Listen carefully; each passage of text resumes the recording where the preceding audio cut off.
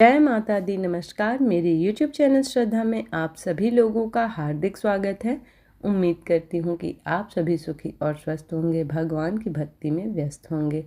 आइए जानते हैं आज इस वीडियो के माध्यम से माँ दुर्गा सप्तशती अध्याय 4 के बारे में, जिसमें इंद्र आदि देवताओं द्वारा देवी की स्तुति के बारे में बताया गया है। महर्षि मेधा बोले, देवी ने जब पराक्रमी दुरात्मा महिषासुर को मार गिराया और असुरों की सेना को मार दिया, तब इंद्र आदि समस्त देवता अपने सिर तथा शरीर को झुकाकर भगवती की स्तुति करने लगे, जिस देवी ने अपनी शक्ति से यह जगत व्याप्त किया है और जो संपूर्ण देवताओं तथा महर्षियों की पूजनीय है। उस अंबिका को हम भक्ति पूर्वक नमस्कार करते हैं। वह हम सब का कल्याण करे। जिस अतुल प्रभाव और बल का वर्णन भगवान विष्णु, शंकर और ब्रह्मा जी भी नहीं कर सके, वही चंडिका देवी इस संपूर्ण जगत का पालन करे और अशुभ भय का नाश करे। पुण्य आत्माओं के घरों में तुम स्वयं लक्ष्मी रूप हो और पापियों के घरों में तुम अलक्ष्मी रूप हो, और शतकुल में उत्पन्न होने वालों के लिए तुम लज्जा रूप होकर उनके घरों में निवास करती हो। हम दुर्गा भगवती को नमस्कार करते हैं। हे देवी, इस विश्व का पालन करो।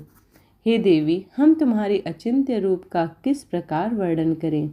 असुरों का नाश करने वाले भारी पराक्रम तथा समस्त देवताओं और दैत्यों के विषय में जो तुम्हारे पवित्र चरित्र हैं, उनका हम किस प्रकार वर्णन करें।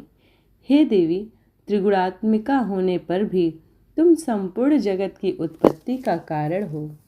हे देवी, भगवान विष्णु, भगवान शंकर आदि किसी भी देवता ने तुम्हारा पार नहीं पाया। तुम सबकी आश्रय हो। यह संपूर्ण जगत तुम्हारा ही अंश रूप है, क्योंकि तुम सबकी आदिभूत प्रकृति हो। हे देवी, तुम्हारे जिस नाम के उच्चारण से संपूर्ण युगों में सब देवता तृप्त लाभ करते हैं, वह स्वाहा तुम ही हो। इसके अतिरिक्त तुम पितरों की तृप्ति का कारण हो, इसलिए सब आपको स्वधा कहते हैं। हे देवी, वह विद्या जो मोक्ष को देने वाली, जो अचिंत्य महाज्ञान स्वरूपा है, तत्वों के सार को वश में करने वाले, संपूर्ण दोषों को दूर करने वाले, मोक्ष की इच्छा वाले मुनिजन जिसका अभ्यास करते हैं, वह तुम ही हो। तुम वाणी रूप हो और दोष रहित ऋग तथा यजुर्वेदों की एवं उद्गीत के और सुंदर पदों के पाठ वाले सामवेद के आश्रय रूप हो। तुम भगवती हो। इस विश्व की उत्पत्ति एवं पालन के लिए तुम वार्ता के रूप में प्रकट हुई हो और तुम संपूर्ण संसार की पीड़ा हारने वाली हो। हे देवी, जिससे सारे शास्त्रों को जाना जाता है, वह मेधा शक्ति तुम ही हो, और दुर्गम भवसागर को पार करने वाली नौका भी तुम ही हो।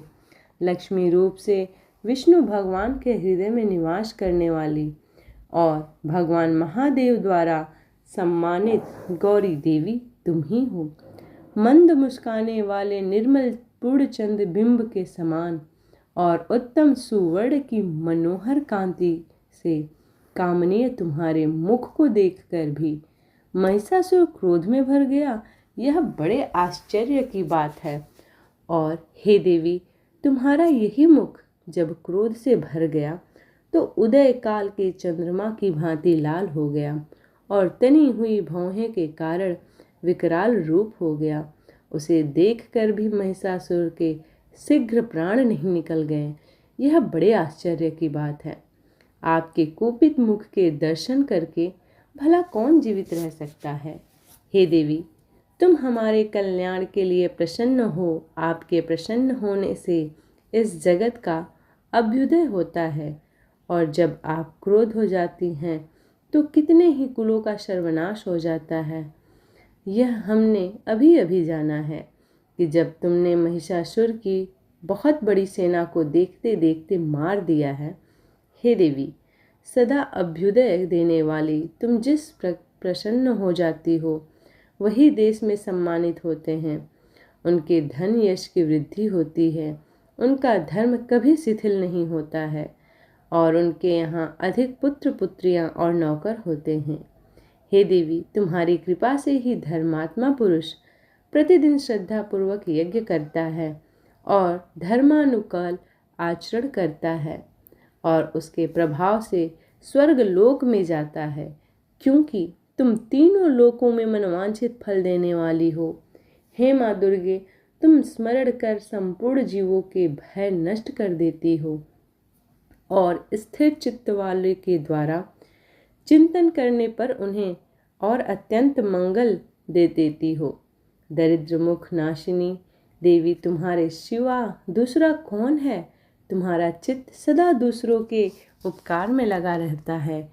हे देवी, तुम शत्रुओं को इसलिए मारती हो कि उनके मारने से दूसरों को सुख मिलता है, वह चाहे नरक में जाने के लिए चिरकाल तक पाप करते रहे हों, किंतु तुम्हारे साथ युद्ध करके सीधे स्वर्ग को जाते हैं, इसलिए तुम उनका वध करती हो। हे देवी, क्या तुम दृष्टपात मात्र से समस्त असुरों को भस्म नहीं कर सकती? अवश्य ही कर सकती हो, किंतु तुम्हारे शत्रुओं को शस्त्रों के द्वारा मारना इसलिए है कि शस्त्रों के द्वारा मरकर वे स्वर्ग को जावें। इस तरह से ही देवी, उन शत्रुओं के प्रति भी तुम्हारा विचार उत्तम है। हे देवी, तुम्हारे उग्र खड़ग की चमक और त्रिशूल की नोक की कांति की किरणों में असुरों की आंखें फूट नहीं गईं। उसका कारण यह था कि वे किरणों से शोभायमान तुम्हारे चंद्रमा के समान आनंद प्रदान करने वाले सुंदर मुख को देख रहे थे। हे देवी, तुम्हारे शील बुरे वृत्तांत को दूर करने वाला है और सबसे अधिक तुम्हारा रूप है, जो न तो कभी चिंतन में आ सकता है और न जिसकी दूसरों से तुलना की जा सकती है। तुम्हारा बल व पराक्रम शत्रुओं का नाश करने वाला है। इस तरह तुमने शत्रुओं पर भी दया प्रकट की है। हे देवी, तुम्हारे बल की किसके साथ बराबरी की जा सकती है, तथा शत्रुओं को भय देने वाला इतना सुंदर रूप भी और किसका है? हृदय में कृपा और वृद्ध में निष्ठुरता, यह दोनों बातें तीनों लोक में केवल तुम्ही में देखने में आई है। हे माता, युद्ध भूमि में शत्रुओं को मारकर तुमने उन्हें स्वर्ग लोक में पहुंचाया है। इस तरह तीनों लोकों की तुमने रक्षा की है तथा उन्मत्त असुरों से जो हमें भय था उसको भी आपने दूर किया है। आपको हमारा नमस्कार है। हे देवी, आप शूल तथा खड़ग से हमारी रक्षा करो तथा घंटे की ध्वनि और धनुष के टंकार से हमारी रक्षा करो। हे चंडिके, आप अपने शूल को घुमाकर पूर्व पश्चिम उत्तर दक्षिण दिशा में हमारी रक्षा करो। तीनों लोकों में जो तुम्हारे सौम्य रूप है तथा घोर रूप है, उनसे हमारी रक्षा करो तथा इस पृथ्वी की रक्षा करो। हे अंबिके, आपके कर पल्लवों में जो खड़ग, शूल और गदा आदि शस्त्र शोभा पा रहे हैं, उन्हें हमारी रक्षा करो। महर्षि बोले कि इस प्रकार जब सब देवता ने जगत माता भगवती की स्तुति की और नंदवन के पुष्पों तथा गंध अनुलेपों द्वारा उनका पूजन किया और फिर सब ने मिलकर जब सुगंधित व दिव्य धूपों द्वारा उनको सुगंधित निवेदन की, तब देवी ने प्रसन्न होकर कहा, हे देवताओं, तुम सब मुझसे मनोवांछित वर मांगो। देवता बोले, हे भगवती, तुमने हमारा सब कुछ कार्य कर दिया है। अब हमारे लिए कुछ भी मांगना बाकी नहीं रहा, क्योंकि तुमने हमारे शत्रु महिषासुर को मार डाला है। हे महेश्वरी, तुम इस पर भी यदि हमें कोई आशीर्वाद देना चाहती हैं तो बस इतना वर दीजिए कि जब जब हम आपका स्मरण करें तब तब आप हमारी विपत्तियों को हरण करने के लिए हमें दर्शन दिया करें। हे अंबिके, जो भी आपकी स्तुति करे, आप उनको वित्त, समृद्धि और वैभव देने के साथ ही उनके धन और स्त्री आदि संपत्ति बढ़ावें और सदा हमें प्रसन्न रहें। महर्षि बोले, हे राजन, देवताओं ने जब जगत के लिए तथा अपने लिए इस प्रकार प्रश्न किया तो बस तथास्तु कहकर देवी अंतर्ध्यान हो गईं। हे भूप, जिस प्रकार तीनों लोकों का हित चाहने वाली यह भगवती देवताओं के शरीर से उत्पन्न हुई थीं, वह सारा वृत्तांत मैंने आपसे कह दिया है। और इसके पश्चात दुष्ट असुरों तथा शुंभ निशुंभ का वध करने और सब लोगों की रक्षा करने के लिए जिस प्रकार गौरी देवी के शरीर से उत्पन्न हुई थीं, वह सारा वृत्तांत मैं यथावत वर्णन करता हूँ।